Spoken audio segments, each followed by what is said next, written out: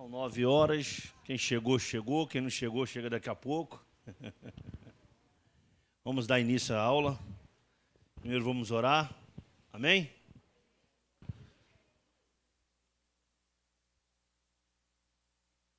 Feche seus olhos, vamos orar.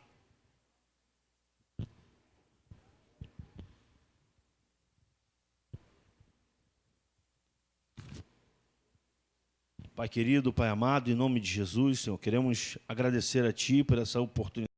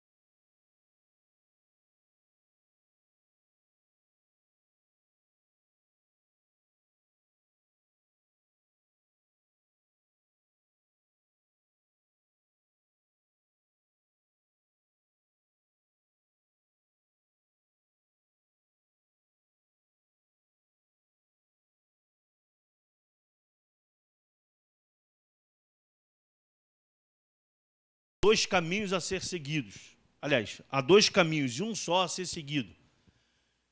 Que aquele que ele deixou para o homem. Ao passo que hoje nem todos querem seguir esse caminho. Até mesmo quem está dentro da igreja, tá, irmãos? Nós vamos ver isso.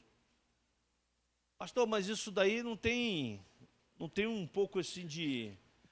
um pouco contraditório que você está falando? Não, não é. Você vai ver. Porque essa lição ela vai abordar sobre o falso profeta.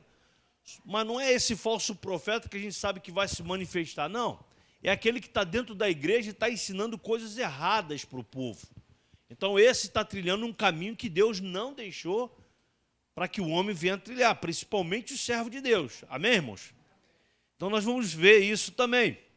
E em terceiro, advertir contra a mentira dos falsos profetas, que é uma outra posição também, que é uma outra situação que nós, como servos de Deus, nós precisamos estar bem, mas muito bem atento e alerta em relação a isso. Isso não vem de agora, isso já há um bom tempo. Nós temos que estar ligados em relação a isso. Por quê? Ele vem como ovelha, mas na verdade é lobo. E se nós não estivermos inseridos nessa palavra, se nós não estivermos inseridos nesse contexto do que é a palavra de Deus, o ensino da palavra, nós não vamos conseguir discernir o que é o certo e o que é o errado. Hoje, se você liga uma televisão, principalmente nesse horário, você vai ver um monte de gente falando um monte de baboseira na televisão nesse horário. E tem um monte de crente que está lá assistindo. E às vezes está dando glória a Deus. Mas nem sabe o que o camarada está vendo. O que o camarada está falando. Não tem nem a disposição de pegar a Bíblia e ler para conferir o que ele está pregando, o que ele está falando. Se procede ou não. Você lembra lá em Atos dos Apóstolos? O apóstolo Paulo pregava. E os irmãos de Bereia, o que eles faziam? Eles iam consultar tudo que Paulo estava dizendo, irmão. Mas Paulo não era o apóstolo dos gentios, não estava ali pregando para os irmãos? não estava ensinando a palavra, Deus não estava já usando aquele homem de uma forma especial, com milagres e prodígios e maravilhas? Sim. Mas quem disse que o homem, ou o crente, vamos dizer melhor assim, ser usado com os dons espirituais, isso é a garantia de que ele está indo para o céu? A Bíblia vai dizer que os dons são irrevogáveis, ou seja, Deus te deu, ele não toma. Então, se eles são irrevogáveis, ele é o quê? Ele é para um bem proveitoso na igreja. Ele é para ser usado na igreja, entre os irmãos. Mas não é a garantia que aquele homem que está usando, ou que está sendo usado naquele dom, que ele vai ser salvo. O que vai determinar a minha ida ao céu é a minha fé, são os frutos. Há 3 dias atrás, faleceu um dos homens mais inteligentes da nossa nação, né? O Jô Soares. E ele sabia muito da Bíblia. Sabia muito da Bíblia. Quem via o programa dele sabe o que eu estou falando, que eu via. Eu via. Eu tinha uma namorada que nós só saíamos depois, isso antes da André, tá? Isso eu tinha 14, 15 anos, tá, meu? 16 anos, eu estou com 47. Isso daí faz tempo, viu? Faz um tempinho já. Só depois que viu o programa dele. E ele falava da Bíblia com uma propriedade, parecia até um pastor mesmo. E aí? Então isso não quer dizer nada, irmão. Você conhecer, não sendo crente, não quer dizer nada. Agora você tem que conhecer tendo o Espírito Santo, sendo servo de Deus, fazendo a vontade de Deus e obedecendo a Bíblia. Essa é a diferença. Então, a gente vê isso, e dentro de muitas igrejas hoje, o que tem acontecido é isso. Eu tenho até eu tenho assim, um pouco de receio em dizer o que realmente está acontecendo hoje nas igrejas, mas é uma verdade. Às vezes é um espetáculo. Às vezes é um espetáculo extraordinário, meu. E tem crente lá que pula, vai até o teto e volta. Mas se tu fica parado olhando, observando, chega uma hora que ele faz isso, a pessoa faz isso, escorrega. Aí você fala, opa, tá aí, ó, o problema tá aí. O que a Bíblia fala? Que o diabo não se firma na verdade. Para eu identificar isso, eu preciso conhecer isso. Se eu não conhecer, eu não vou identificar. Interessante que quando você é bem doutrinado, quando você estuda mesmo, quando você lê a Bíblia, você ouve uma coisa, você ouve algo de alguém que está ou numa palestra, ou está pregando, ou está ensinando, você ouve. Quando você tem um ensino bem apurado, chega nos teus tímpanos, você parece que acende uma lâmpadazinha vermelha, né? Está errado isso. É na hora, mano. É na hora. Teve uma vez, os mais antigos vão lembrar do que eu vou dizer aqui. Veio um pastor aqui, ele é muito carismático, muito gente boa, pregava bem. Questão de ética, eu não vou falar o nome dele. Depois eu falo, quem quiser.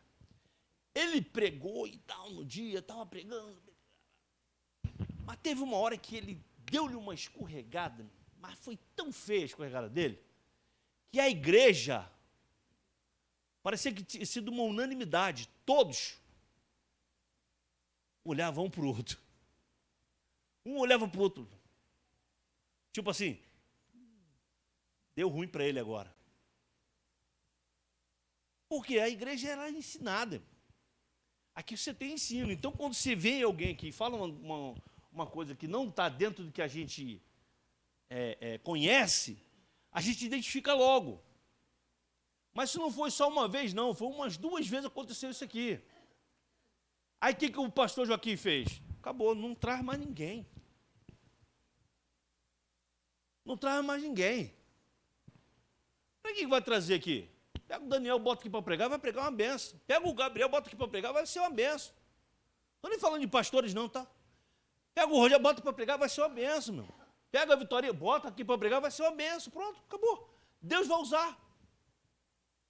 Então a gente não precisa mais de trazer ninguém, não. Porque aqui tem palavra, aqui tem homens e mulheres que estudam a palavra e são doutrinados.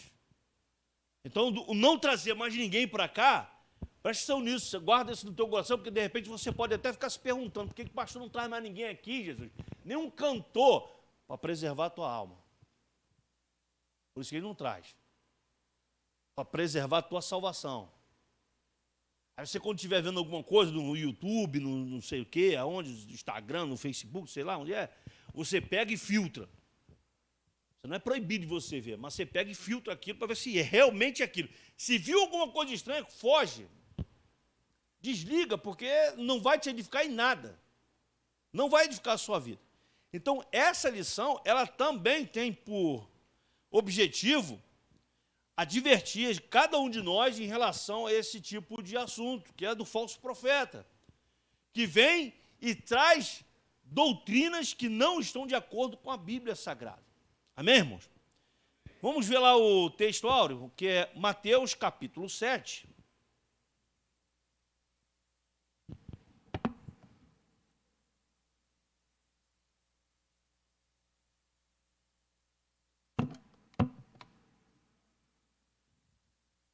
Mateus capítulo 7, o versículo 7 ao 20.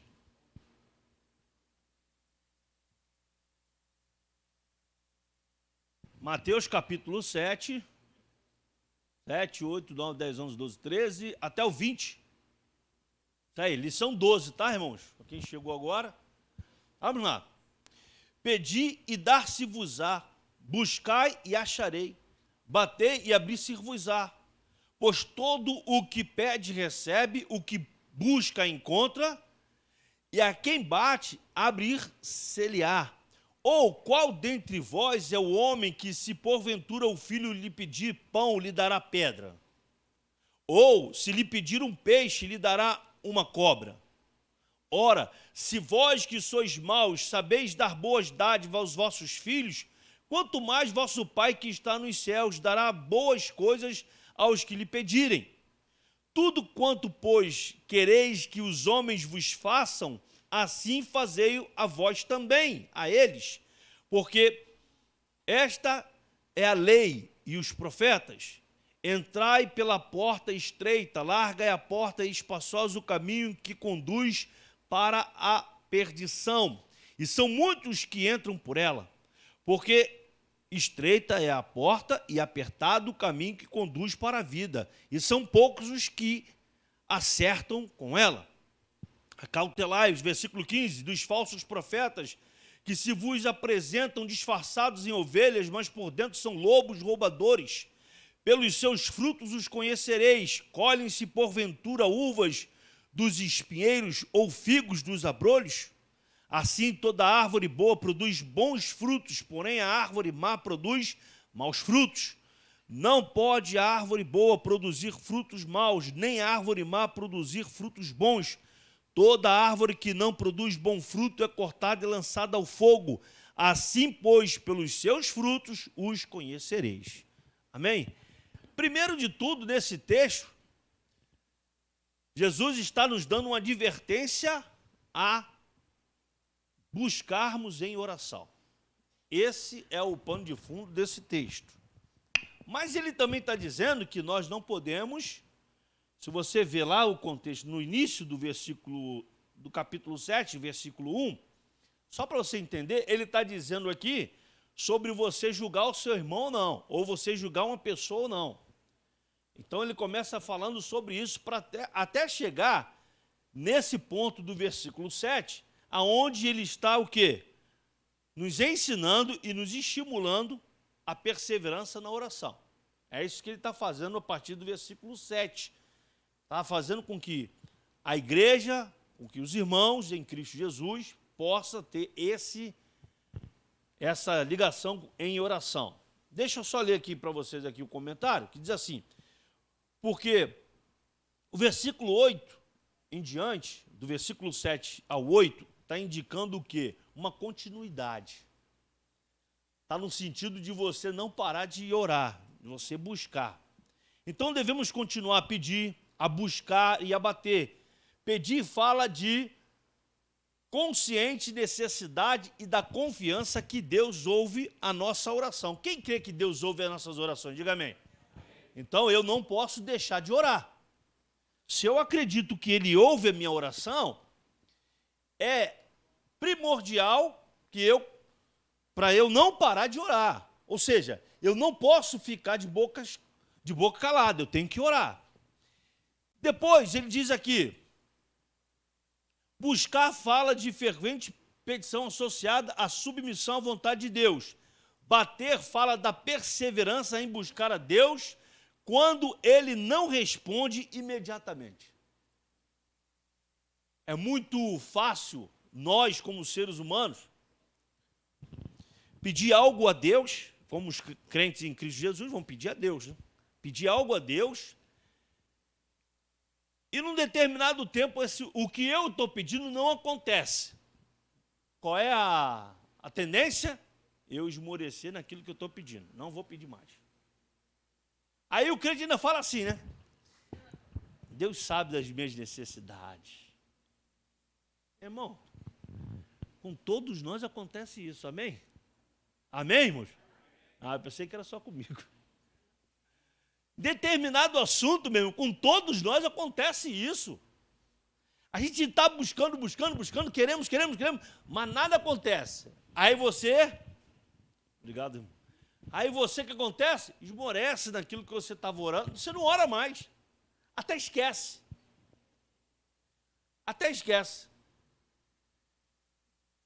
Tem uma causa, deixa eu dar um testemunho rapidinho aqui. Tem uma causa minha, é bem familiar essa causa. Eu estou convertido há 24 anos. Pelo menos 22 anos eu peço essa causa. Você vai falar para mim assim, pastor, mas é ininterrupto, toda vez você pede? Não, já até esqueci. Teve dias que eu até esqueci de pedir. Sabe aquele negócio de dar um lá para você, tem 4, 5 meses que eu não oro por esse pedido. Ih, rapaz, esqueci, não posso. Aí eu volto a orar de novo por essa causa. Porque ainda não aconteceu. Mas eu creio que antes de Jesus voltar, vai acontecer. Eu creio, meu. É promessa, eu creio nisso. Mas eu estou orando. Teve uma vez que eu fiz, agora foi sério mesmo, mais ou menos 1 ano de jejum por essa causa. Todas as quintas-feiras eu jejuava por essa causa. Pastor, você ainda continua jejuando? Não, parei. Às vezes, quando eu lembro, eu jejuo. Estou sendo sincero para você. Mas eu não deixo de pensar nesse problema e não deixo de orar nesse problema. O que a gente não pode fazer é achar que o porquê não aconteceu ainda, que Deus esqueceu daquilo que você está orando. Não. Só em você pronunciar uma oração a Deus, por uma vez só, já fica registrado no livro dele. Mas pelo fato de estar registrado, eu não vou orar mais? Não, você tem que continuar orando. É como se fosse mais ou menos assim, ó. Senhor, em nome de Jesus, Pai, me dá aquela casa própria. Aí Deus foi lá e Ele quer uma casa própria. E a caneta de ouro ainda por cima, hein? Aí ele vai assim. Está lá no livro, irmãos. Eu só estou conjecturando, tá? Está lá, escrito. Aí passou 2, passou 3, passou 4, tu não ora mais isso. Aí tu volta a orar de novo. Senhor, uma casa própria, Pai. Eu quero uma casa própria. Aí Deus, opa, ele já me pediu isso. Está aqui. Calma, vai chegar. É mais ou menos desse jeito. Depois tu recebe, aí ele fala, pronto, já dei, já está pago. Já está pago, vou tirar daqui, senão ele vai me pedir outra. Já dei, pronto. Ele vai e tira. É mais ou menos isso. Mas pelo fato de estar registrado, eu não posso deixar de orar, meu. Eu tenho que continuar orando. Por isso que Jesus, ele diz aqui, ó, que bater fala da perseverança em buscar a Deus quando ele não responde imediatamente. Então, eu tenho que continuar pedindo. A garantia de Cristo, de que nós, os crentes, aqueles que estamos orando, vamos receber, se baseia-se em 2 pontos. Primeiro, buscar em primeiro lugar o reino de Deus. Hoje há uma inversão de valores. As pessoas buscam o que primeiro? As bênçãos. Todo mundo quer benção. Eu quero benção. Eu quero isso, eu quero aquilo. Mas o detalhe é buscar, em primeiro lugar, o reino de Deus. Segundo, a bondade e o amor de Deus. João capítulo 15, vamos lá. João capítulo 15, versículo 16. Todo mundo conhece. Não foste vós que me escolhestes a mim. Pelo contrário, eu vos escolhi a vós outros. E vos designei para que vades e deis fruto. E o vosso fruto permaneça, a fim de que tudo quanto pedirdes ao Pai em meu nome, Ele vos conceda. Terceiro ponto, em relação a você pedir, orar de conformidade com a vontade de Deus.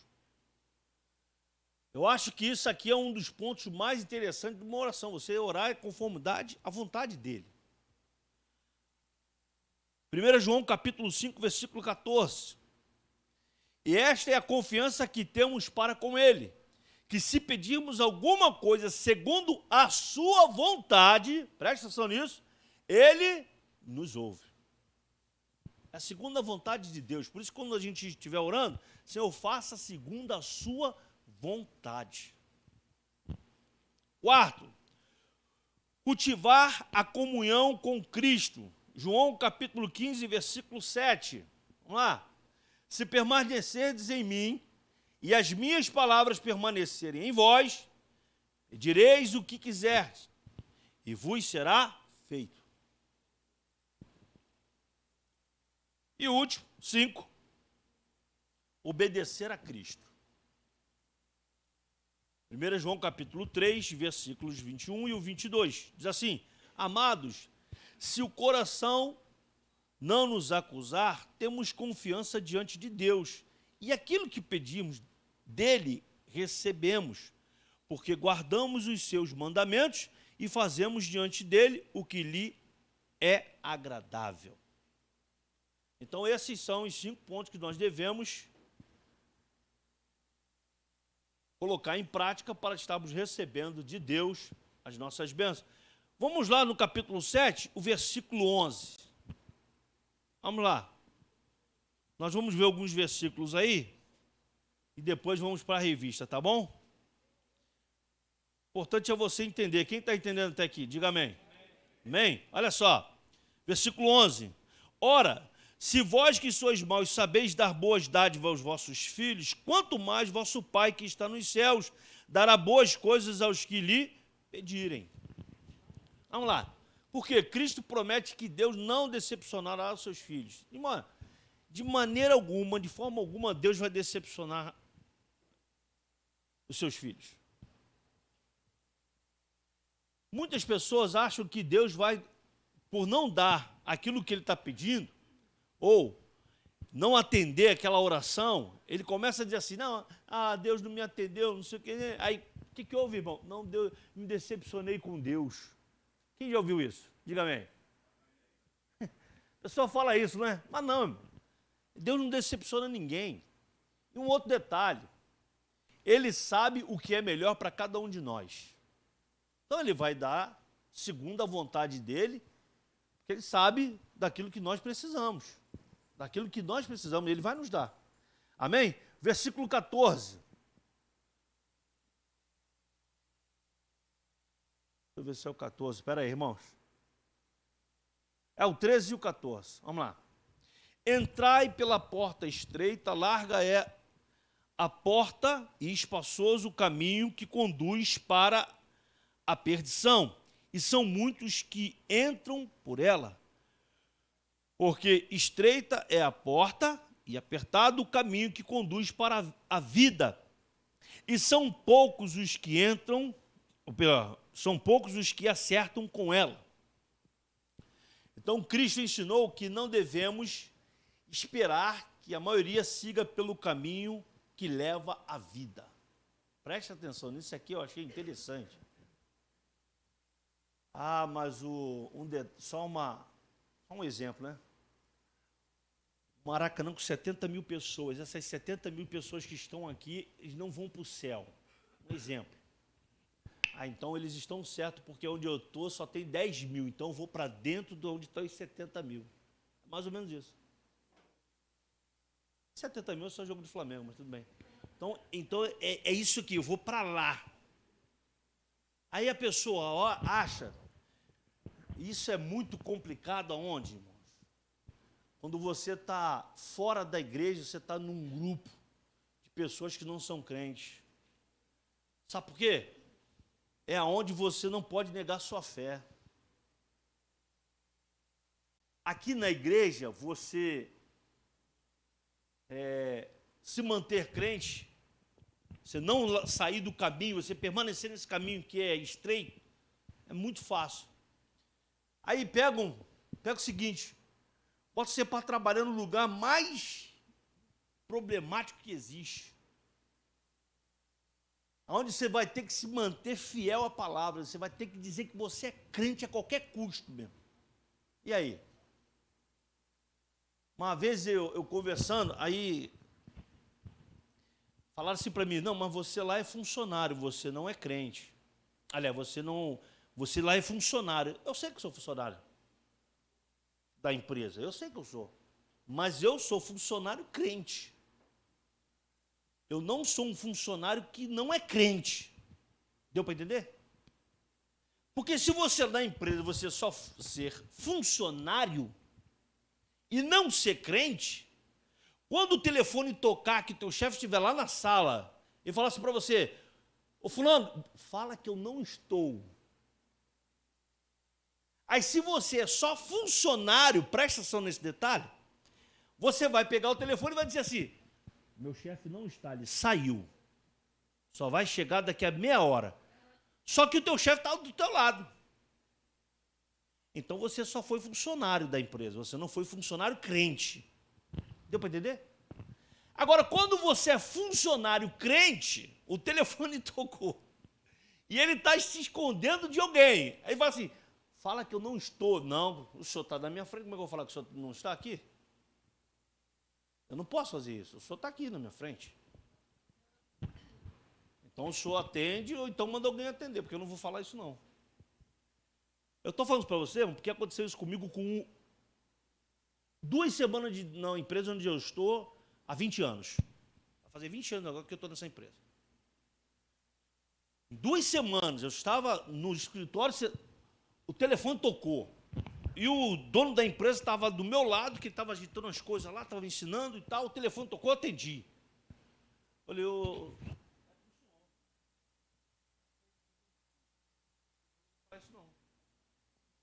senhor está aqui. Aí ele me olhou, olhando, o telefone está no mudo, né? Aquela teclinha do mudo, ele ficou me olhando. Aí chegou para outra funcionária que trabalha com ele há muitos anos, atende aí, fala que eu não estou. Aí ela pegou e eu falei, não, ele não está. Mas ele ficou me olhando, meu irmão, meio que desconfiado. Aí depois ele ficou sabendo que eu era crente. Sabe o que ele fez? Aí eu te falo agora. Como é que Deus honra? Você não atende mais telefone. Eu falei, amém.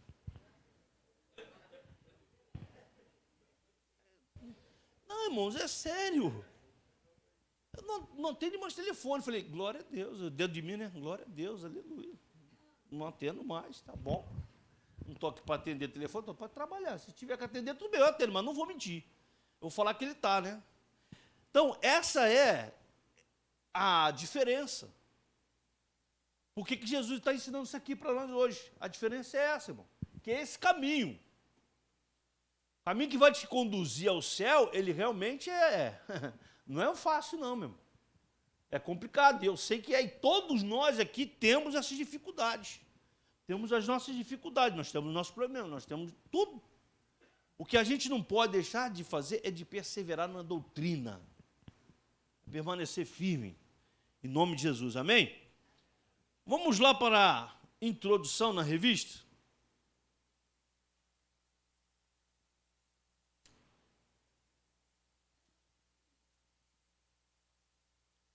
Glória a Deus.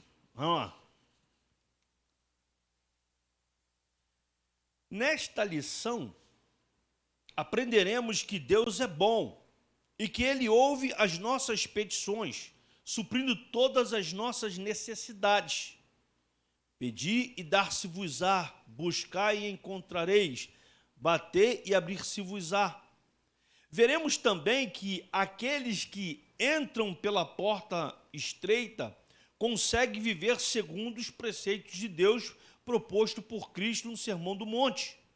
O Senhor é bom e aquele que tem uma vida de comunhão com Ele e procuram viver cheios do Espírito Santo, examinando a palavra, não serão jamais enganados pelos falsos profetas. É o que eu falei no início da nossa introdução.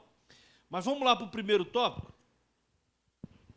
Ou melhor, deixa eu ver se eu tenho alguma coisa. Deixa eu ver se eu botei aqui, peraí. Não, vamos lá para o primeiro tópico. A bondade de Deus.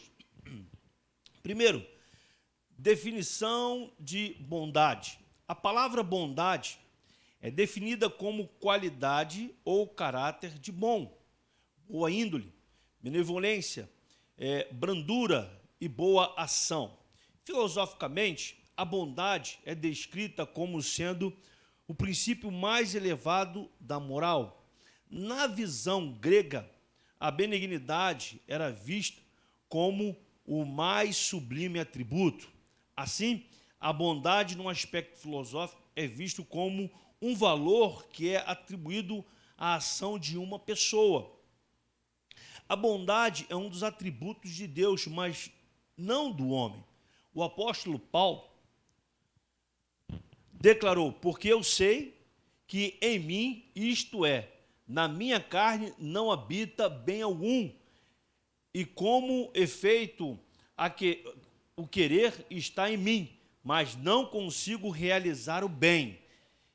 Para aí um pouquinho, vamos lá. Romanos capítulo 7, versículo 18. Diz assim: porque eu sei que em mim, isto é, na minha carne, é o mesmo que está lá na revista, só para a gente comentar, não habita bem nenhum, pois o querer, o bem está em mim, não porém o efetuá-lo. Por que o apóstolo Paulo está dizendo isso assim tão claro, irmãos? Por quê? Porque ele sabia o que habitava nele, que era Cristo. Sim, ele sabia, o Espírito Santo. Mas a natureza humana dele, carne, sempre que é o mais fácil, que é o errado. É por isso que a Bíblia ela nos adverte o tempo todo, né? Então, assim, o pecado jaz às portas, cabe a ti dominá-lo. Então, ele está dizendo aqui, essa forma, que aqueles que tentam obedecer os mandamentos de Deus, sem a graça de Cristo, descobrem que são incapazes de realizar as boas intenções do seu coração. Ou seja, para o homem ter essa bondade, meu irmão, é pelo Espírito Santo de Deus. Pela natureza humana dele, carnal, ele não consegue. Um outro detalhe, às vezes a gente vê, isso é muito claro nos nossos dias, muitas das vezes a bondade do homem, esse querer do efetuar de fazer, é sempre visando algo em troca. É ou não é verdade? Muitos, não vou generalizar, mas a maioria é assim. A maioria é assim. Não, tudo bem, o camarada já faz daquela intenção, né? Não, eu vou ajudar ele quando eu precisar, já tem aquela no bolso guardadinha, né? Quando eu precisar, eu vou lá, poxa, aí, ele nem comeu, mas você pode me ajudar, não sei o quê. Aí se falar alguma coisa, aí ele já vem e fala, poxa, eu te ajudei daquela vez, né? Me ajuda aí também, né? É na verdade. A bondade dele é assim, meu irmão. A bondade dele é assim. Interessante que com Deus não é dessa forma. Deus, ele é bondoso por natureza, ele nos abençoa, e ele só pede uma coisa do homem. Só pede uma coisa. Que tenhamos fé na sua palavra, em seu Filho, que nós o obedeçamos. Só isso que ele pede. Mas aqui, no mundo é diferente. Você faz, o camarada te ajuda, e depois ele vai, tem sempre aquela no bolso. de querer depois, pedir em troca aquilo que ele fez. Continuando aqui na revista, para nós fecharmos esse ponto 1 aqui. Ao pecar, o homem se tornou, todos acharam? Depois do versículo 18 aí de Romanos, se tornou um ser desprovido da justiça original e sem estima para as coisas santas relacionadas a Deus, passando a ter a tendência para o mal e para as práticas imorais. Daí a razão da ênfase de Jesus para o novo nascimento. Somente entrando pela porta estreita e pelo caminho apertado, poderemos desfrutar da graça divina e ter a nossa natureza transformada para, de fato, fazermos o que é bom. É o que eu comentei, ou seja, só em Cristo. É só o homem tendo o novo nascimento para ele fazer as coisas da forma como o Espírito Santo vai orientar ele. Porque fora isso, não tem como. Segundo ponto, a bondade de Deus no aspecto bíblico.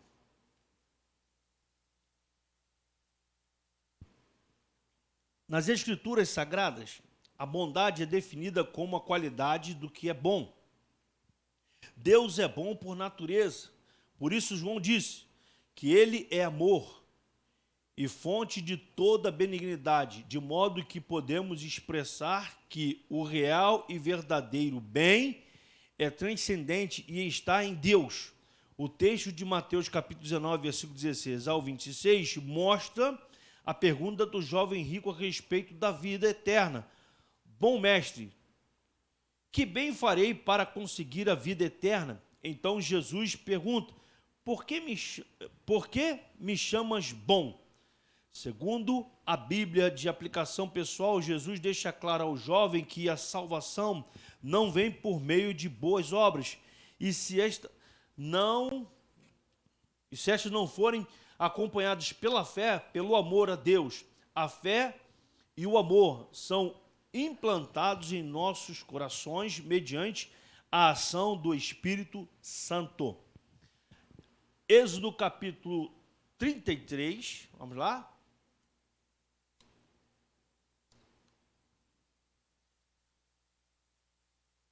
Versículo 19.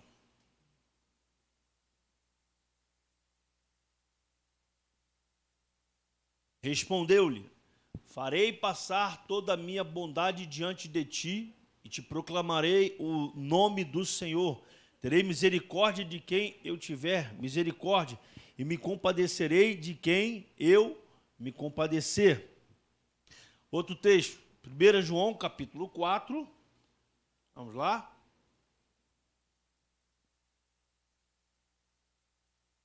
Versículo 8.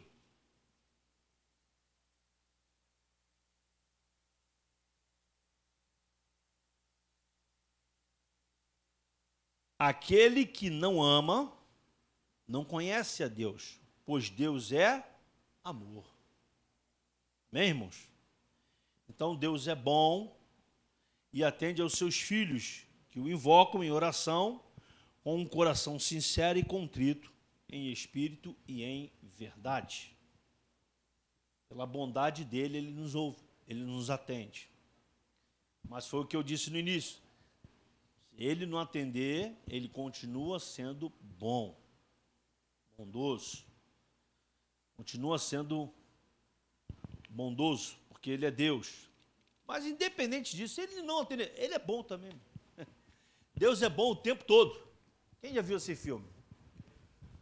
Filme interessante, quem não viu, ele é bom o tempo todo. Terceiro, a bondade de Deus no aspecto teológico.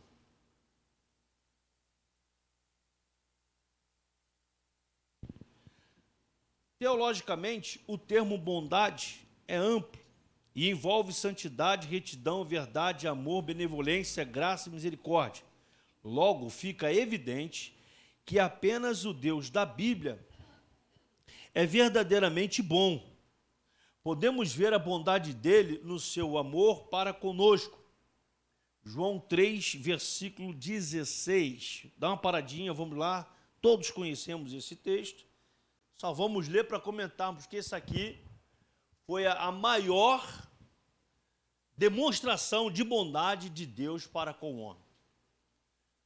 Porque Deus amou o mundo de tal maneira que deu o seu Filho unigênito para que todo aquele que nele crê não pereça, mas tenha vida eterna.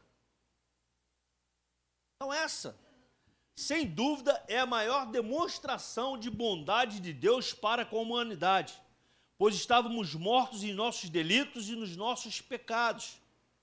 Mas Deus, sendo rico em misericórdia, com um grande amor com que nos amou, nos deu vida. Só que essa bondade, nem todos aceitam essa bondade. Nem todos querem essa bondade. Aí entra o quê? Entra a vida do crente em relação a essa bondade. Como assim? Porque agora eu que tenho, que recebi e que aceitei essa bondade, eu preciso passar essa bondade para os outros. Fazendo como? Pregando a palavra. Agora, se a pessoa não quer essa e não aceita essa bondade, aí já não é problema nosso. A nossa obrigação é de anunciar essa bondade, irmão. Se ele não quer essa bondade, ou se eles não querem essa bondade, aí o que eu posso fazer? Nada, né? Só entregar na mão de Deus e dizer para ele o seguinte: olha, aceita logo que essa bondade vai acabar, meu irmão. Essa bondade está chegando, tem prazo para terminar, hein? Já está em 11h59 e alguns segundos. Vamos botar em 11h59 e 40 segundos. Faltando um pouquinho para terminar essa bondade. Porque a maior demonstração da bondade de Deus a gente vê quando ele entrega Jesus por cada um de nós. Continuando aqui. E essa bondade, ela é inquestionável. Ela não pode ser algo que o crente vem questionar o tempo todo, não. Para o homem, pode até questionar, mas nós não. Nós aceitamos e temos fé nessa bondade. Porque nós acreditamos, nós cremos na palavra, nós cremos em Jesus. A obra do Senhor em favor da humanidade é a manifestação suprema da bondade de Deus por cada ser humano, por cada homem, por cada pessoa, por cada família. E aí quando a gente não prega, quando a gente não fala dessa bondade, é muito complicado. Porque vai ter um dia que Deus vai nos cobrar. Ezequiel capítulo 3, vamos lá. Não está aqui não, lembrei agora. Ezequiel capítulo 3, eu acho que é o 3, é 13 e é 18. Eu vejo agora, calma aí.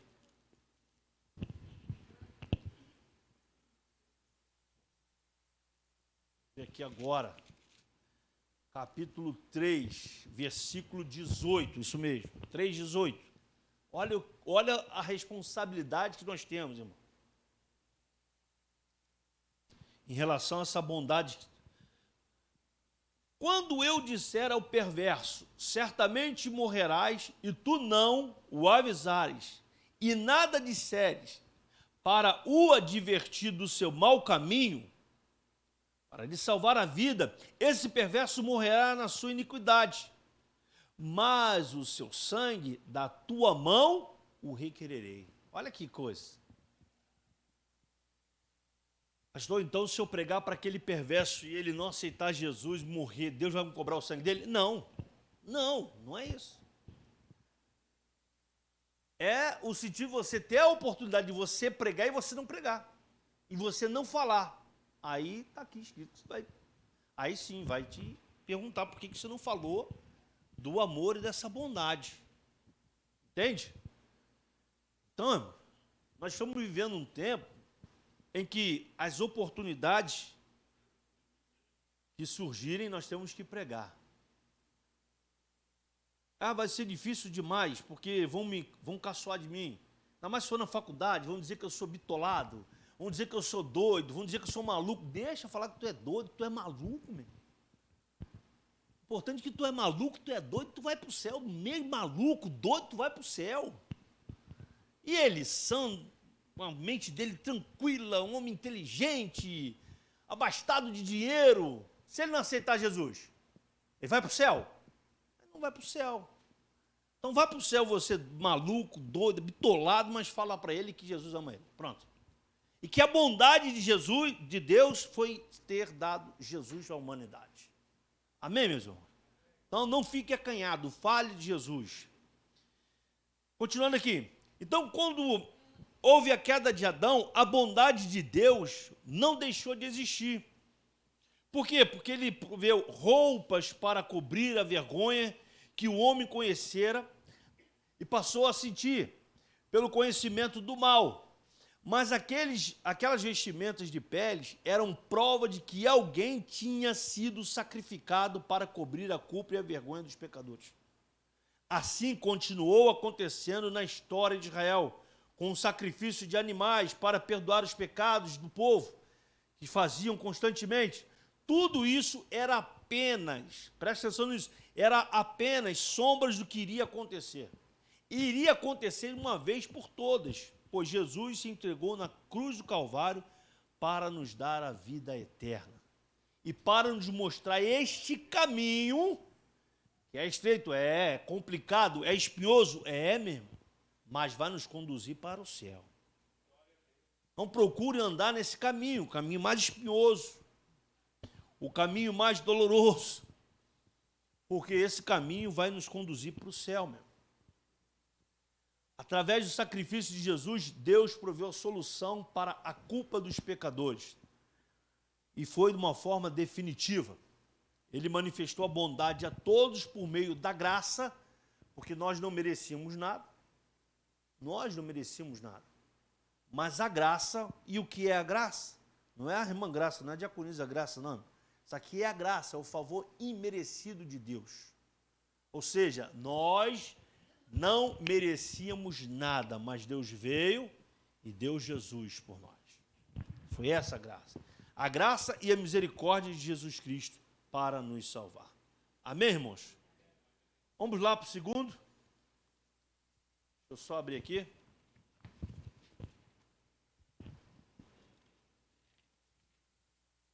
O segundo tópico vai falar: há dois caminhos para escolher. Dois caminhos aí.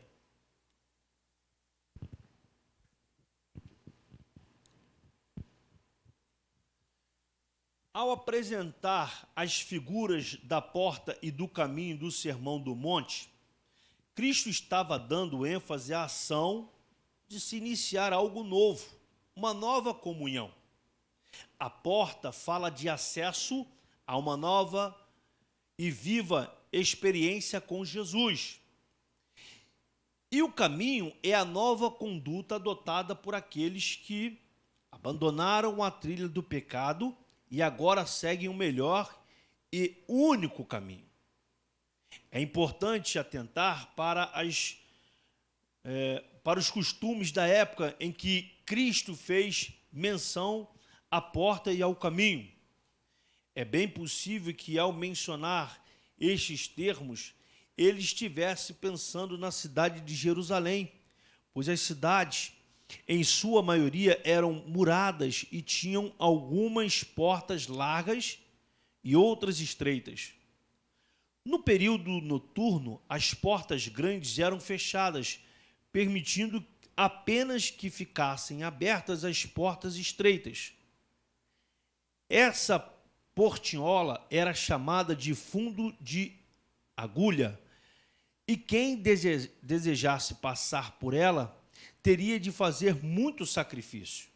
Às vezes, a passagem de um camelo como mercadoria por meio dela era impossível, sendo necessária a retirada da bagagem e ainda assim a pessoa teria que passar ajoelhada. Olha como é que era complicado.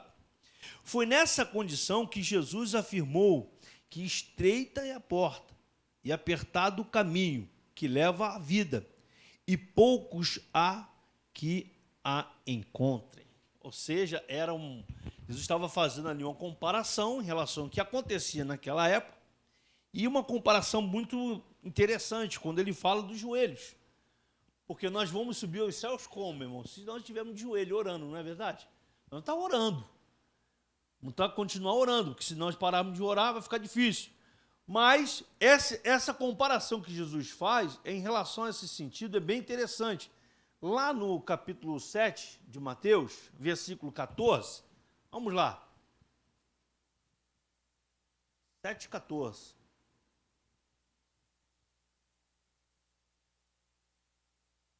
Para a gente comentar aqui.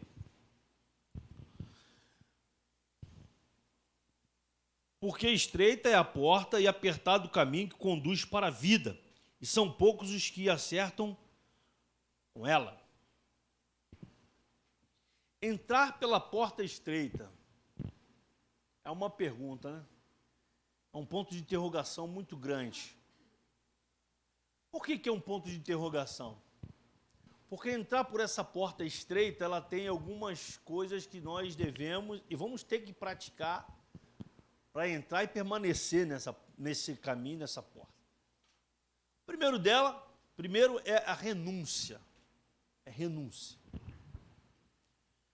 Nós vivemos numa sociedade em que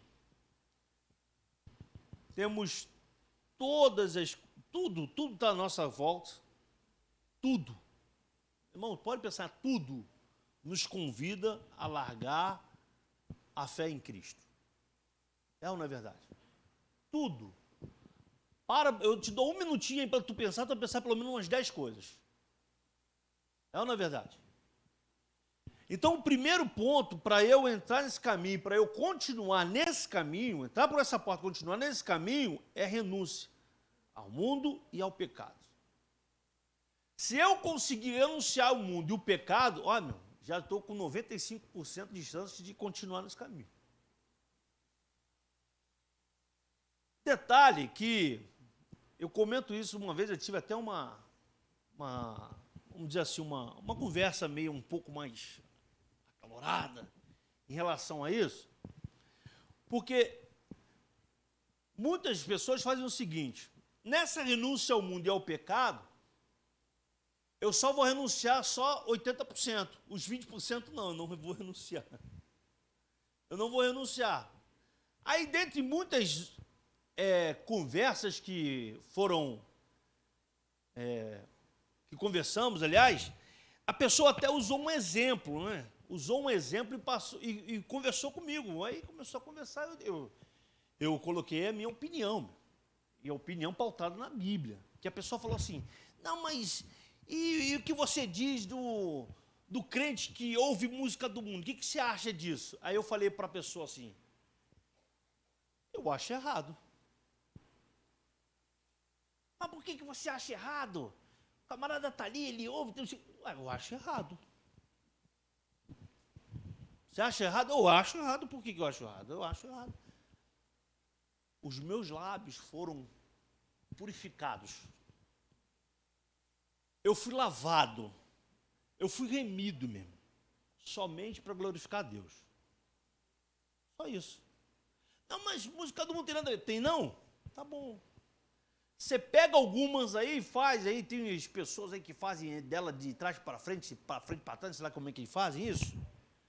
Eu não sei se é verdade, irmãos. Eu estou falando aqui, eu já vi alguns vídeos sobre isso aí. Que tem umas mensagens, tem umas... Quem já viu isso? Já viu, Daniel?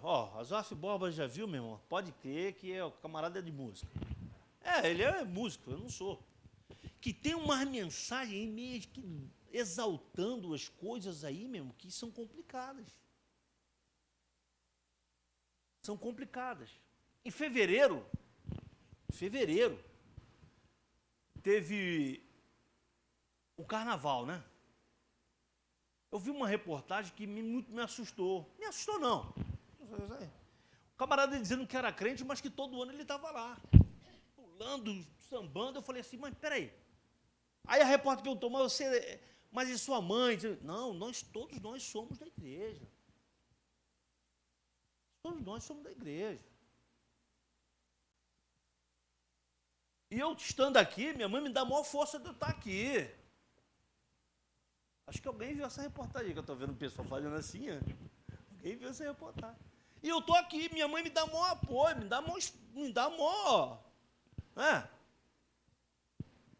Alguma coisa está errada aí, meu irmão. Ou não conhece nada de Bíblia, só vai, é aquele simpatizante do Evangelho, só vai de vez em quando. Ou realmente vai e acha que é normal. Eu, Fernando, não acho normal. Se você acha, tudo bem, mas eu não acho normal. Não acho legal.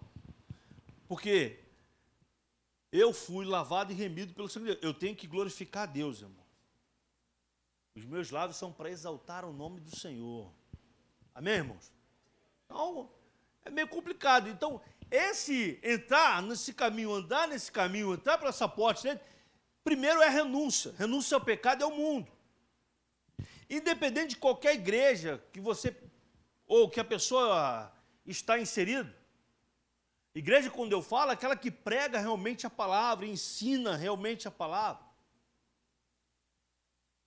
Ou seja, ele tem que renunciar e andar conforme a Bíblia, conforme a palavra de Deus.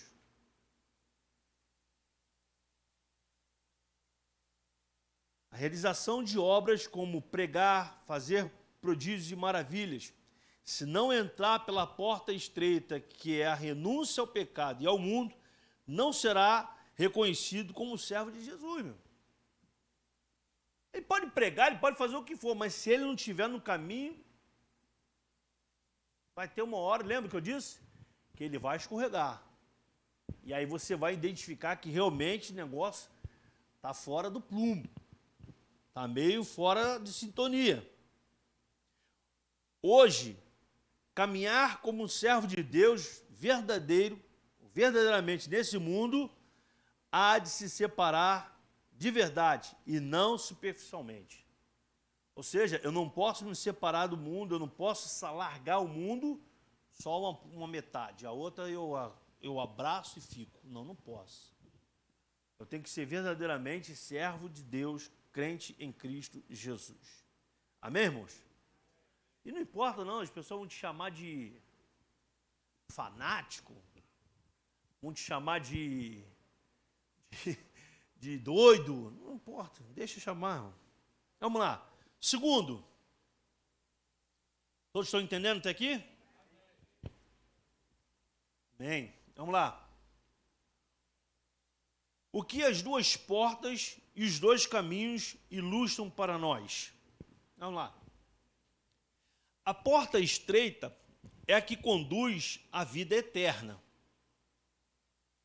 Jesus estava mostrando que há um único caminho que pode conduzir o pecador à vida eterna com Deus. Os atos religiosos e as obras não podem levar o homem ao céu. Somente a fé em Jesus Cristo poderá conduzi-lo à vida eterna com Deus. Vamos dar uma paradinha aí, vamos lá em João capítulo 10, versículo 7.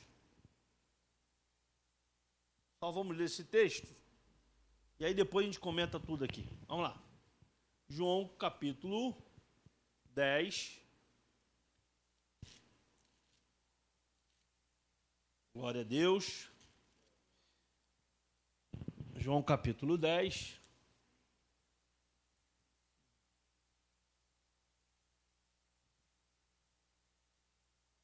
Versículo 7 ao 9. Jesus, pois, lhes afirmou de novo: em verdade vos digo, eu sou a porta das ovelhas. Todos quantos vierem antes de mim são ladrões e salteadores, mas as ovelhas não lhes deram ouvidos. Eu sou a porta, se alguém entrar por mim, será salvo. Entrará e sairá e achará pastagem. Versículo 10. O ladrão vem somente para roubar, matar e destruir. Eu vim para que tenham vida e a tenham em abundância. Volta para a revista aí, daqui a pouco a gente comenta isso aí. Vamos lá. Eu parei lá embaixo. Certa vez, Jesus declarou: porfiai por entrar pela porta estreita, porque eu vos digo que muitos procurarão entrar e não poderão. O verbo porfiar no grego significa esforçar-se, com zelo extremo, empenhar-se em obter algo. Isso fala do desejo daqueles que querem andar no caminho estreito, que anelam ter um novo caráter e a vida eterna com Deus. Irmãos, Lucas capítulo 13, Lucas 13. Volta aí um pouco. Lucas 13.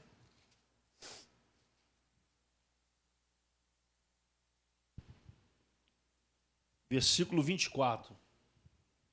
Respondeu-lhes: esforçai-vos por entrar pela porta estreita, pois eu vos digo que muitos procurarão entrar e não poderão. Versículo 25. Quando o dono da casa se tiver levantado e fechado a porta, e vós do lado de fora começardes a bater, dizendo: Senhor, abre-nos a porta, ele vos responderá: não sei de onde sois. Então direis: comíamos e bebíamos na tua presença, e ensinavas em nossas ruas. Mas ele vos dirá: não sei de onde vós sois. Apartai-vos de mim, vós todos que praticais iniquidade. Meus irmãos, vai ser complicado demais. Vai ser muito complicado. Essas pessoas que acham que estão fazendo a vontade de Deus, que acham que estão fazendo a vontade, a obra dele e tal, chegar naquele dia, bater, tentar entrar e não conseguir. Já parou para imaginar nisso? Como é que vai ser triste? Vai ser muito triste. Mas Jesus, ele nos dá aqui esse alerta, dizendo que nós devemos nos esforçar e permanecer nesse caminho. Porque vai chegar um tempo que não vão conseguir entrar. Então é melhor o quê? Esforçarmos o quê? Para continuarmos no caminho, do que sair do caminho e depois tentar entrar e não conseguir, não é verdade? Então é melhor pagar o preço, renunciar, continuar nesse caminho, vamos dizer assim, nessa pegada, do que você largar o caminho e depois se arrepender. É muito complicado. Pastor, mas está tão difícil. Meu irmão, está difícil, vai ficar mais difícil ainda se não conseguir entrar, né? Não é verdade? Então está difícil a beça. Não, continua difícil assim mesmo. Vai nessa tua força, Gideão, vai. Continua, meu. O problema é que hoje a pessoa fica como está escrito lá no livro dos Reis, né? Fica coxando entre dois pensamentos. Vou ou não vou? Fico ou não fico? Salamê, minguê, sorvete. Não, vou ficar com esse. Aí, meu irmão, já era. Se ficar nesse de escolher aonde você vai ficar, se você ainda tem dúvidas, meu irmão, aí é complicado. Um conselho que eu te dou hoje, nessa manhã: fique nesse caminho estreito, que é esse que vai conduzir você para o céu. Não tem outro caminho. Mesmo por mais difícil que esteja. Porque eu vou te dizer o seguinte: está difícil para você? Sim ou não? Hein? Está difícil, né? Está para todo mundo, não é só para você não. Está para todo mundo, está difícil. Irmão. Todo mundo está difícil.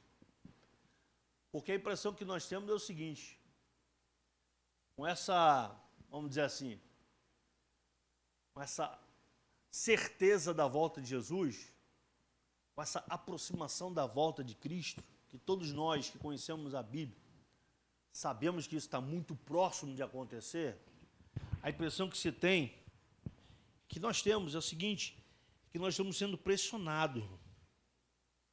Você está dentro na terra e o mundo espiritual está assim, ó, te pressionando cada vez mais, assim, ó. Tudo é difícil. Tudo é difícil. Você vai orar, acontece alguma coisa. Você vai ler a Bíblia, acontece alguma coisa. Tu quer vir para a igreja, acontece alguma coisa. Quando tem criança pequena, então aí tu tá arrumando a criança, daqui a pouco, cadê o tênis da criança? Eu estava aqui agora, sumiu o tênis. Onde está o tênis? Aí você vai passar roupa para vir para a igreja, o ferro queima. E agora? Vou te dar um conselho, vai lá no fogão, esquenta, volta, vai lá no fogão, esquenta, tu vem para a igreja. É sério. Sabe quem eu aprendi isso? Minha mãe. Minha mãe. Quando faltava luz lá em casa, Fernando, traz aqui a mesa de passar roupa. Eu levava. Só que a camisa antigamente da escola, aí vão descobrir minha idade, né? Mas eu falo, 47 anos. Era uma branquinha, tipo, eu não sei o que era aquele pano, eu não vou lembrar. Sei que era uma branquinha até que assim, e era de botão. Não era essas camisetas, era aquela branquinha de botão. É disso, né, Sérgio? É do teu tempo, né? É do tempo do Sérgio. E a bermuda era uma bermuda azul. Era uma bermudinha azul. Aí quem podia era o Quixute, a marca da fera. Hã? E eu botava aquele Quixute, eu me sentia fera, corria beça. Ou então aquele conga. Aquele conga alcoólatra, né? Aquele conga cabeção, né? Conga cabeção, lembrei. Conga cabeção. Aí acabava a luz, minha mãe, manda pra cá, Fernando. Então ela passava, botava lá no fogão, esquentava um pouquinho. Enquanto isso ela falava, éramos seis irmãos para ir para a escola, irmão, de manhã. Eram 6. Ô Flávio, ô Fábio, vai tomar café, Cláudio? Vai tomar banho, Armando? Ô Felipe. Meu irmão, era uma confusão dentro de casa. Meu pai já tinha ido embora, já tinha ido para o trabalho, mas minha mãe ficava sozinha. Aí ela pegava, esquentava e passa, toma, está pronto, dá outra. Botava lá e toma. Mas era uma correria. Mas era assim, meu, que a gente se virava. Se virava nos 30. Dona Isabel não era mole, não. Não é mole, não. E era dessa forma que a gente fazia as coisas. Hoje, para vir para a igreja, meu irmão, é um problema sério. Acho que foi em junho, ceia de junho, lembrei. Eu não costumo, eu saí da minha rotina, negócio não ficou legal. Se tu bater na minha porta domingo, depois da escola dominical, eu não vou te atender. Se você me ligar, eu não vou te atender. Porque eu estou no berço. Estou dormindo. Eu acabo de almoçar e, vou dormir. Para acordar 4 horas para passar roupa para vir para a igreja. Aí o meu primo me ligou mês passado. Rapidinho, para você entender o negócio. Minha mãe que falou comigo, que meu primo avisou para ela. Não, tia, manda o Fernando vir, poxa, nunca veio, meu aniversário, vou fazer um churrasquinho. Aí falou em churrasco, né, meu irmão? A carne tá cara beça, né? A boca enche d'água, né? Uma carninha, né? Aquela picanha. Ele pode, então? Tá bom. Vim pra cá, um churrasquinho, falei, poxa, tá bom, eu vou. E era domingo, irmãos. Domingo, que eu não faço nada domingo, quem me conhece sabe. E foi depois da escola dominical. André nem foi comigo, eu peguei, foi eu e o Felipe. Minha mãe também estava lá, então já era mais um pretexto para eu trazer a minha mãe, né? Não deixar ela vir de ônibus. Aí eu fui. Cheguei lá, tal, isso aqui, almoçamos, churrasquinho, a carne estava boa, no esquema. Aí eu falei assim, quando for 4h30 eu vou embora. Mas, primo, não vai ficar nem pro bolo? Não, não vou. 4h30 eu vou embora. Hoje é domingo de ceia, eu tenho compromisso na igreja. Eu saindo daqui 4h30, eu chego em casa 5h10, 5h20, dá para eu me ajeitar e ir para a igreja. Tá bom, primo. Tá certo. Aí eu fui sair, meu. Aí o que eu imaginei? Olha só. Foi num domingo que foi jogo do Vasco no Maracanã. Eu falei, vou pegar a linha amarela, mais rápido. São Cristóvão, linha vermelha, linha amarela, Jacarepaguá. Rápido. Rápido. Tá bom. Meus irmãos queridos. todo mundo pegou a linha amarela. Quando eu saí da linha vermelha, que eu entrei na linha amarela, tudo parado, eu, não acredito. Mas botei a mão na cabeça assim, falei, puxa, perdi o culto. Eu sei que eu cheguei em casa, era mais ou menos quase 7 horas. Quase 7 horas, acredite se quiser.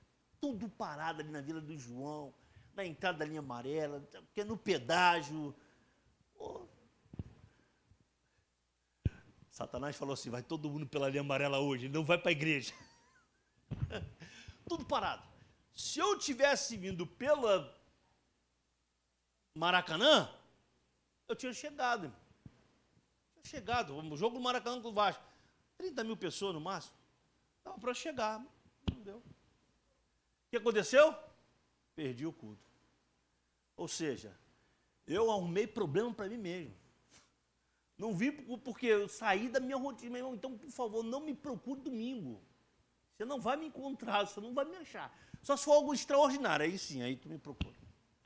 Mas lá em casa não tem mais telefone residencial, é só o celular. Então eu vou desligar e vou dormir. 4 horas para lá tu me acha, tá bom? Então é isso. Esse sentido das coisas hoje está dessa forma. Está difícil para todo mundo, então nós temos que vigiar o tempo todo em relação a tudo, para nós não perdermos essa comunhão com o Senhor. Terceiro, a escolha entre 2 caminhos. Vamos lá. Nesse mundo só há 2 caminhos a serem percorridos, o da vida e o da morte, como bem falou o profeta Jeremias no capítulo 21, versículo 8. Infelizmente, a escolha de muitos é pelo caminho amplo, pois nele não há restrições, tudo é permitido. Contudo, muitos homens e mulheres escolheram trilhar o caminho estreito, onde todas as coisas são lícitas, mas nem tudo convém. Pela porta larga é possível passar as obras da carne, prostituição, impureza, inimizade, porfias, pelejas e todo tipo de pecado. Contudo, o destino da porta larga e do caminho espaçoso é a eternidade sem Deus. Porém, os que escolhem o caminho apertado, um dia vão morar no céu e serão como a luz da aurora e como o luzeiro do firmamento. Amém, irmãos? Glória a Deus. Então, deixa eu comentar aqui. O caminho que conduz ao céu, somente um, Jesus Cristo. Ele é o único caminho, a única verdade, e sem ele estamos perdidos. João 14, 6, todo mundo conhece. Respondeu-lhe Jesus, eu sou o caminho e a verdade e a vida. Ninguém vem ao Pai senão por mim. Essa é a porta e esse é o caminho que devemos escolher para sermos bem-sucedidos aqui nessa terra. O Senhor é tão bondoso que Ele ainda nos dá dica. Isso ainda é o melhor de tudo. Ele ainda dá dica para todo mundo escolher. Deuteronômio 30, versículo 18.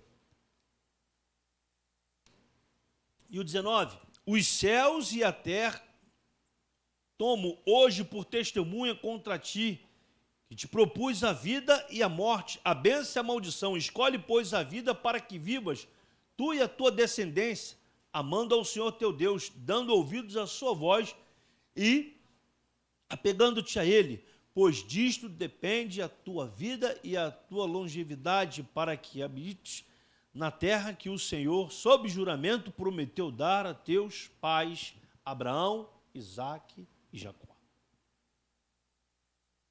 Terceiro e último tópico, a mentira dos falsos profetas. Primeiro, cuidado com as falsas aparências. Agora o negócio pega. Agora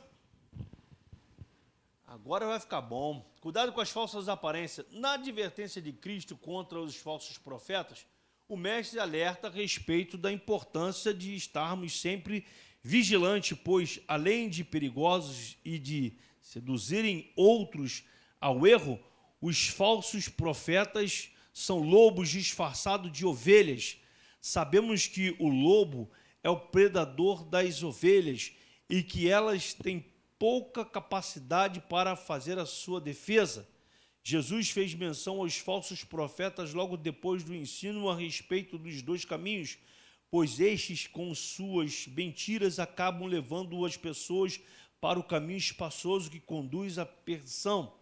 O crente precisa ter todo cuidado e estar constantemente em oração, buscando discernimento espiritual para não ser iludido pela boa oratória e as palavras bonitas dos que se dizem profetas, mas não são.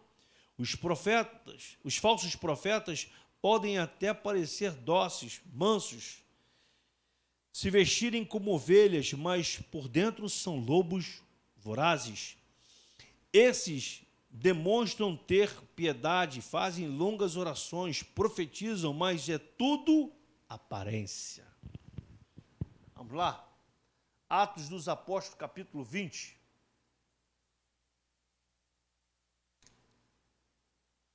Olha a advertência do apóstolo Paulo a esses irmãos.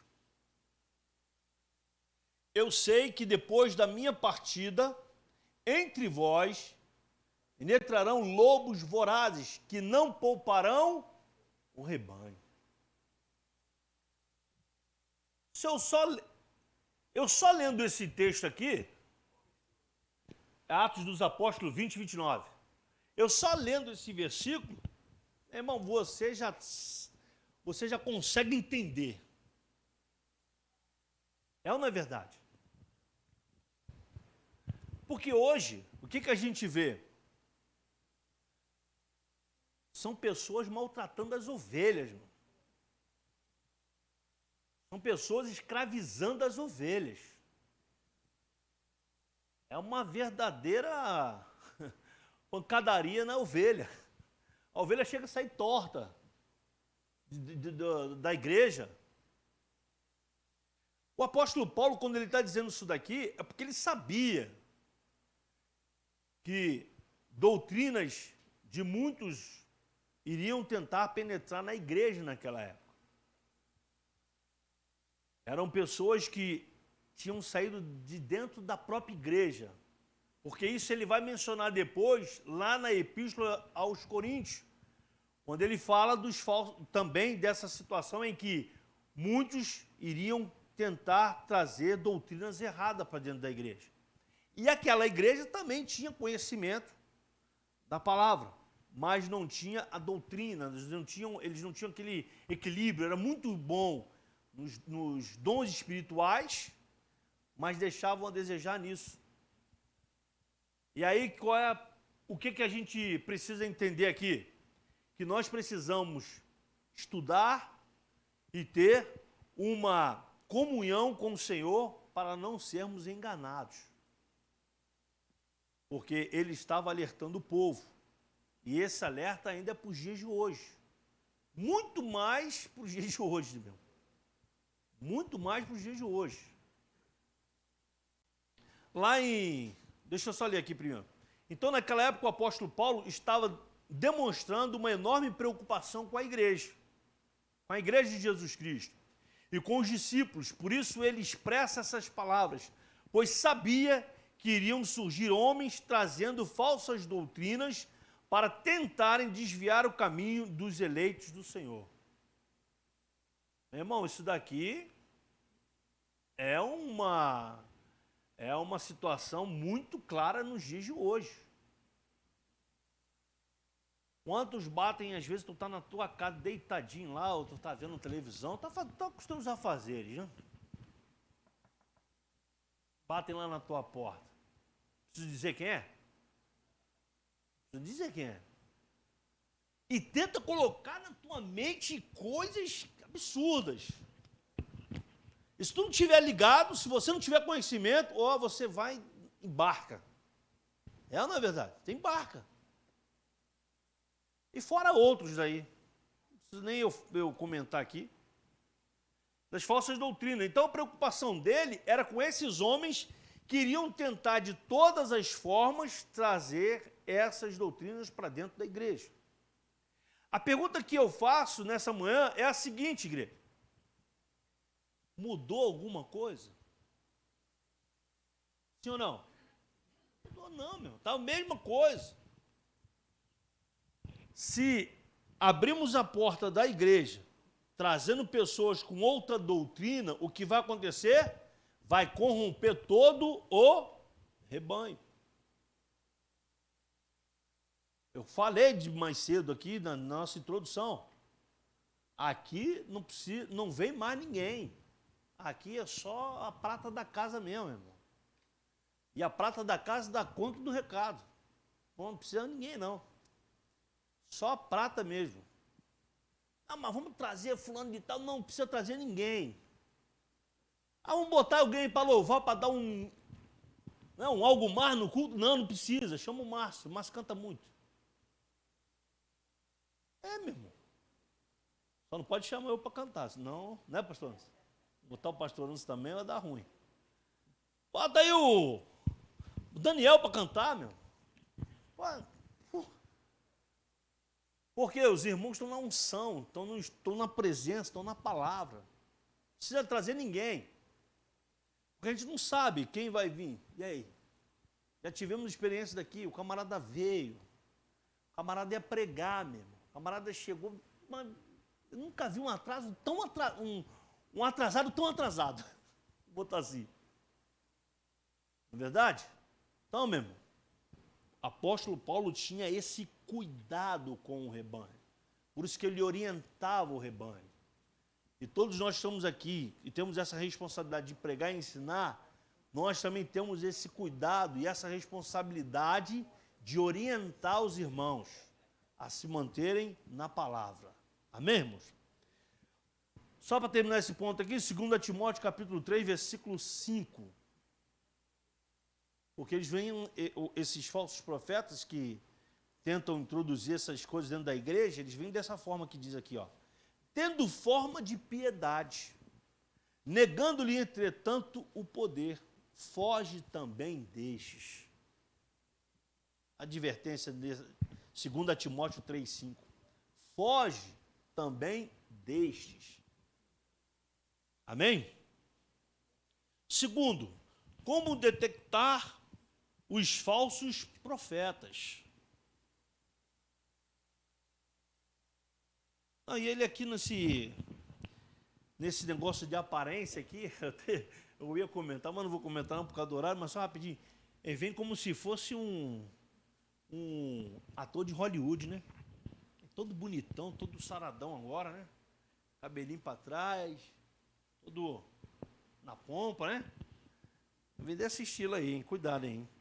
Segundo, como detectar os falsos profetas?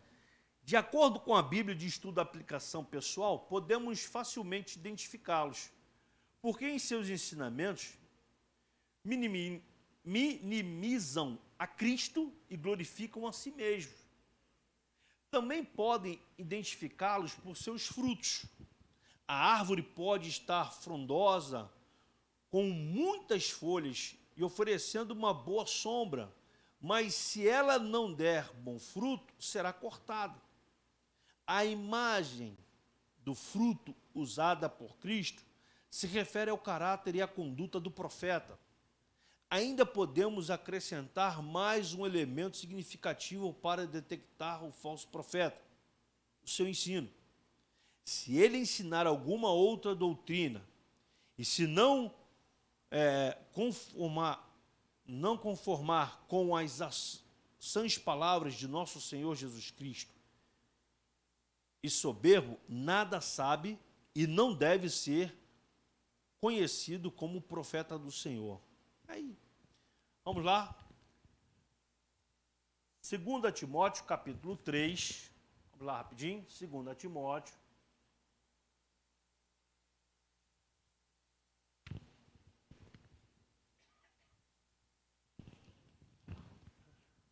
É o que eu já falei, irmãos. Ele não se firma na verdade.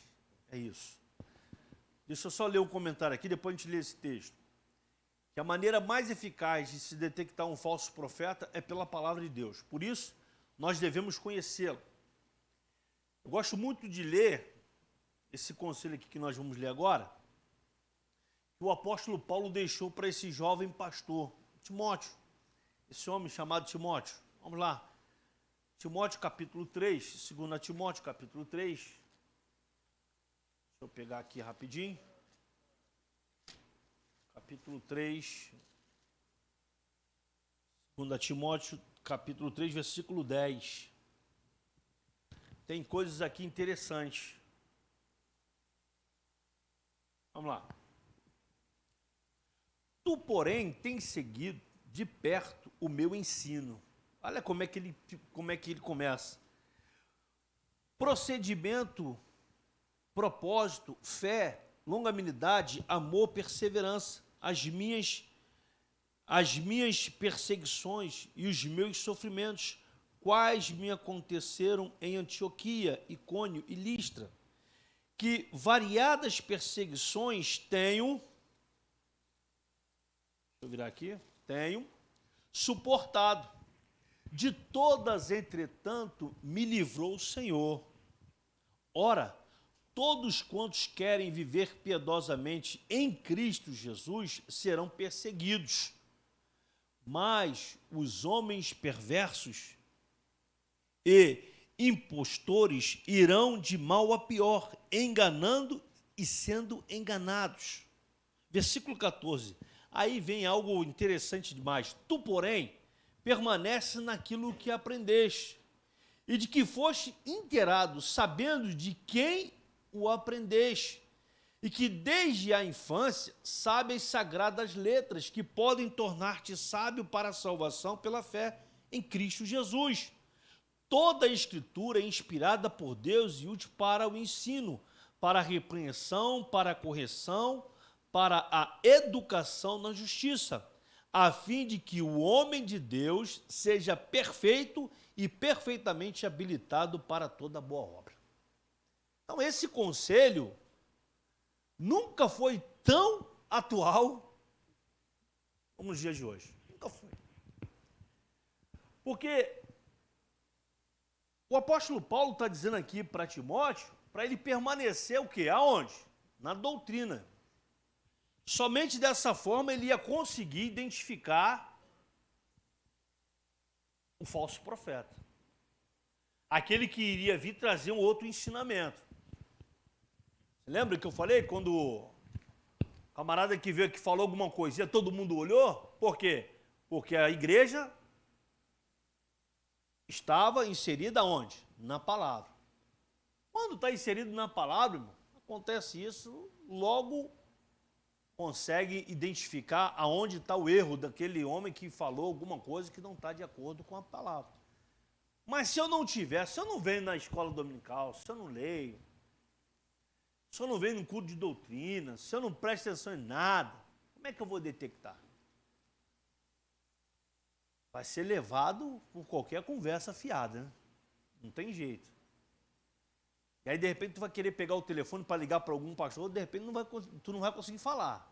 Eu já falei que se for domingo, não vai conseguir falar comigo. Mas, de repente, você vai ligar e não vai conseguir. Então, você tem que estudar, você tem que valorizar a escola dominical, você tem que valorizar a leitura da palavra, para que você possa estar preparado para detectar os falsos profetas. Amém? Terceiro e último, uma análise criteriosa. Tanto no Antigo quanto no Novo Testamento, vamos encontrar muitos falsos profetas que se levantaram para tentar enganar os servos de Deus. Em geral, eles profetizavam somente aquilo que as pessoas desejavam ouvir e não se cansavam de dizer que foi o Senhor que disse. Para aí, o que tem acontecido hoje? Essas igrejas que ficam mega lotadas. É chave de carro voando, é não sei o quê, é barco, é apartamento, é tudo. O povo quer ouvir isso. Só que, das vezes em que eu parei para ouvir, até mesmo que eu tenho que ver o que está acontecendo, eu não vejo essas megas igrejas lotadas, ninguém, presta atenção, não vi até ninguém dessas megas igrejas lotadas pregando contra o pecado, pregando salvação, pregando sobre ressurreição. Eu não vi. Pregando que o homem tem que nascer de novo. É difícil ver. Eu não vi. Pode ter acontecido um relato deles terem pregado isso uma vez que eu não vi, mas 99% das vezes é só bênção, é só glórias, é só bens materiais, é só isso. O camarada tem ali uma igreja com mais, um culto com 3.000 pessoas. Eu até contei, na última vez que eu preguei, que eu dei aula aqui, eu acho. Eu estava vendo televisão, meu irmão, fiquei abismado aquilo. Camarada numa casa de show, aí, entupida, muito cheia mesmo, muito cheia. Muito cheia. Mas só falava de bênção, de vitória, de bênção, de vitória, o tempo todo. Aí, logo uma semana seguinte, eu vi esse camarada do lado onde eu trabalho. Meu irmão, tinha que ver o camarada saindo de dentro do carro. Pensa num popstar de Hollywood. Era o popstar de Hollywood. 8 seguranças. 2 de um lado, 2 de outro, 2 na frente, 2 atrás e 2 na porta do cartório. Eu falei, que isso, Jesus? Todo posudo. Todo bonitão, todo malhadão. Todo malhadão. Foi, voltou e os caras tudo atrás. Aí entrou no carro, 2 atrás, 1 na frente e o motorista. Eu falei, rapaz, e aí? Você fica fácil de você identificar as coisas, né? Precisa de uma análise criteriosa para alguma coisa? Precisa? Não precisa, meu. Aí você vai falar assim, não, pai, mas o camarada tem 10, 15 igrejas, o camarada é isso, o camarada é aquilo, é mesmo? Tá bom. Então deixa eu ficar aqui no feijão com arroz mesmo, que tá bom. Porque eu sei que esse caminho que eu estou, eu tenho certeza, você tem certeza, esse caminho que você está vai te conduzir você para o céu. É ou não é verdade? Quem tem certeza? Diga amém. Pronto. Então eu prefiro ficar assim. Nesse caminho estreito mesmo ali, passando na moenda de Jeová, uma luta tremenda. Mas eu tenho certeza que eu vou para o céu. Amém? Mateus 24, versículo 11. Levantar-se-ão muitos falsos profetas e enganarão a muitos. À medida que os últimos dias se aproximam, surgirão falsos mestres, falsos pregadores, falsos profetas pregando entre o povo e ensinando coisas que não estão de acordo com a palavra de Deus. 1 Timóteo 4,16, para terminarmos. Tem cuidado de ti mesmo e da doutrina. Olha só, então, cuidado que nós temos que ter. Continua nestes deveres, porque fazendo assim, salvarás tanto a ti mesmo, olha, a ti mesmo, eu, porque estou cuidando da doutrina, como aos teus ouvintes. Então eu estou cuidando da doutrina para a minha salvação e para a tua salvação. Amém, meus irmãos? Glória a Deus. Chegamos ao final. Pastor Joaquim.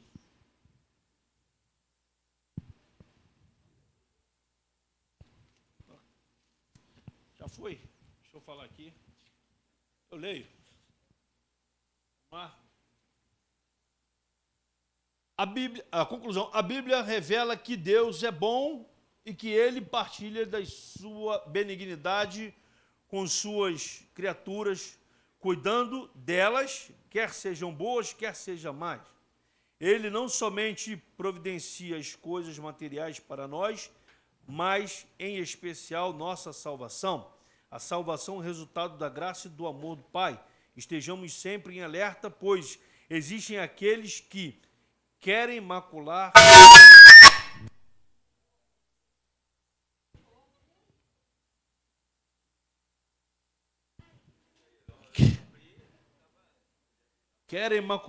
e adulterar os ensinos do nosso Salvador Jesus Cristo. Amém?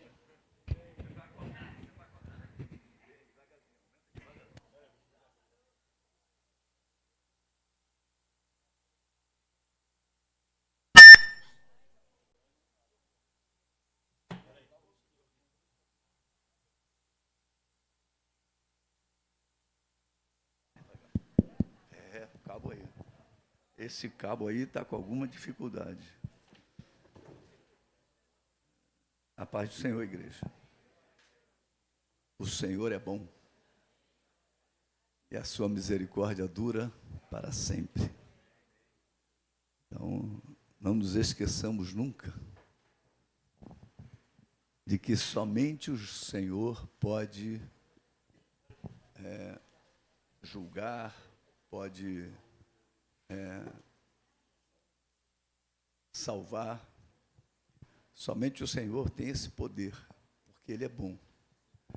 Ele tem a capacidade de conhecer o nosso coração.